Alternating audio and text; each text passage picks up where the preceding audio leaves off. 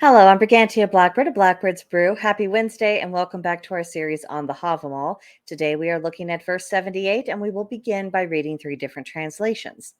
The first translation reads, "If haply a fool should find for himself wealth or a woman's love, pride waxes in him, but wisdom never, and onward he fares in his folly."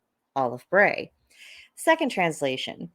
"In the fool who acquires cattle and lands or wins a woman's love, his wisdom wanes with his waxing pride.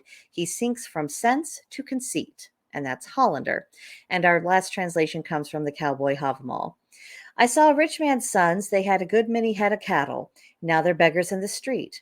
Wealth's nothing to count on. It'll leave you as soon as it finds you." Dr. Jackson Crawford. So fools might be lucky, but they cannot keep a hold of their advantages, not even material advantages, because their foolishness will lead them to making choices that lead to losses, and then they'll be worse off than they were before. This is the curse of receiving that which we have not earned for ourselves. Those who do work for what they have will learn the skills necessary to manage their blessings along the way. So when their work begins to pay off, they know how to manage it. Those who don't go through that process do not learn those skills, and they don't adopt the proper mindset, and that is ultimately what leads them to ruin. We see this even in games of chance. How many lottery winners have we heard of that ended up going bankrupt? It's a sad story, but it's a common one. They were lucky, but they were lacking the proper management of resources to capitalize on their luck. A successful life is therefore not about taking shortcuts. Easy come, easy go is a saying for a reason, because the pattern repeats. It's as though the human spirit rejects things that didn't involve us putting forth the proper effort. Pride, conceit, and building on quicksand is the downfall of many people. And most of us will find ourselves falling into that trap from time to time, or at least once in our lives. But staying inside of that trap is endlessly detrimental to our lives, and we should try to avoid that if we can. Excessive pride can blind us to the possibility of setbacks, especially those that are called mortals, of which we all have.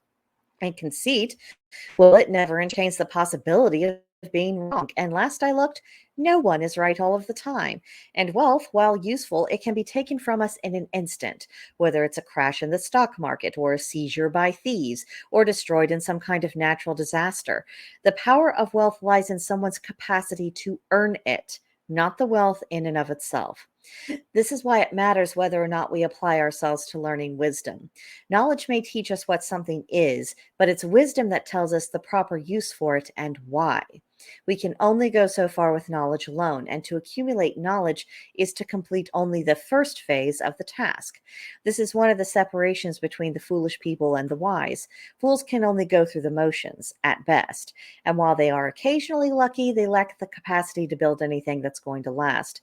The wise know what they're doing and why. And they know how to thrive in both prosperity and adversity because the foundation of their approach to life is built upon something that's actually solid. And that's what I really think this week's verse has been getting at. But now's the time to let me know about your own interpretations and anything else that you might have gleaned. Did your thoughts take you in a different direction about this? Just let me know.